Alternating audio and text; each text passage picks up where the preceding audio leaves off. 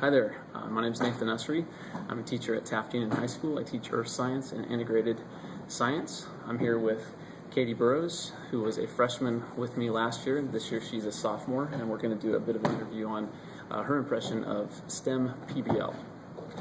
So, Katie, what was your overall impression of PBL? PBL was a very rewarding experience for me to try out. It was way different than normal learning. So it was very exciting for me to get a chance to do that.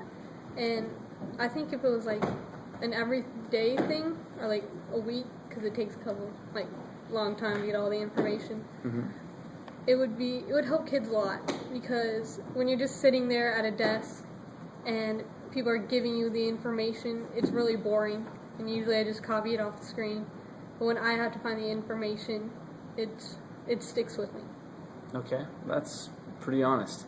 What did you find most challenging about the STEM PBL process? Well, finding the information was pretty easy. It just took a long time. But after I set up my experiment, it was hard to test it, because the eczema one. So you're talking about the Johnson & Johnson challenge? Yeah. Okay. I didn't have anyone that had eczema to try it. Okay. So it was basically that I didn't have the resources to complete it.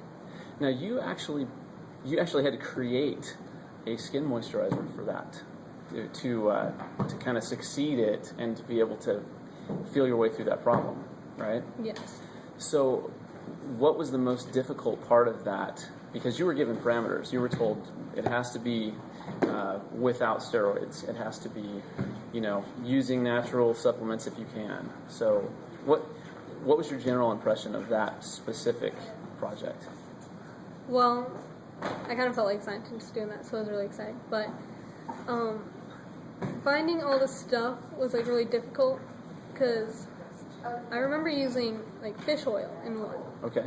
And I could find it in pills, but that was the only way. And so that was really hard, because I get all the juices out of the pills and just use that. So you're poking holes in pills and squeezing out pills. And okay. and it took 30 for just one mixture. Okay. And I wanted to make different mixtures. Did it smell? Yeah. And it got all over everywhere. Okay. So you made your parents really happy with that, I'm sure. Okay. How did your experience at solving the STEM PBL challenges affect your knowledge of science in general? Well, it definitely added to my knowledge, and it gave me experience with what I think scientists would have to do every day. And it was really exciting, because for the longest time I wanted to be some kind of scientist, and I was like, well, that's actually really fun. So, and it made me like science more than I usually do in a classroom.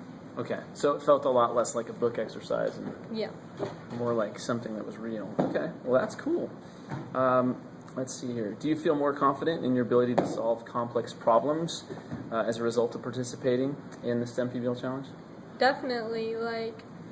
When I think of scientists today, I'm like, oh, that's such a hard thing to solve. And I was like, well, for me to solve those problems that they're solving now, it's I can do it. So you have to learn to ask questions on your own. Yeah. What can I put in there, and how would that affect everything else? And just, yeah. Okay. So there was almost a lot of background that you had to learn before you could even begin to approach specifically the Johnson & Johnson problem. Yeah, I looked up a lot of ingredients that I could have put in there, but it would be, oh, this is really good, this can help, but it also, one was some sort of alcohol, and it was well, that also dries out your skin so much that it would kind of set it back to getting worse instead of helping it as much as it could. Okay. So do you think it would be fair to say that these types of problem-based learning problems, they're teaching about more than just one specific subject? I mean, chemistry is going to get hit. Biology is going to be hit. Certain aspects of physics are going to be hit, all in just one problem. Yeah, like physics and math and everything else was all in there. Okay, well, that's actually really helpful. I'm glad we're doing this. How is this method of learning different from the usual teaching style you encounter in a classroom? Well, in a classroom, it's really boring. Like, it's usually teachers giving these long lectures and tons of notes, but PBL, it's like you have to go find it yourself. It's not, the answer's just not going to be given to you. Okay.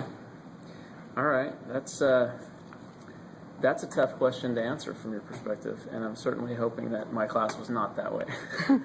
All right, let's take a look at one of the last two questions here. One is, what was your favorite part about the STEM PBL challenges that you did, and why? My favorite part was actually being able to carry out, like, making the moisturizer and stuff like that. But yeah, that was basically my favorite part. Okay. Do you have any other comments that you would like to share with the people here in Colorado? I would definitely like to do it again, to do another PBL. Okay. Well, I'm pretty sure I can oblige you in that, and thank you for doing this interview. And that's Katie Burrows, Taft Union High School. Thank you so much.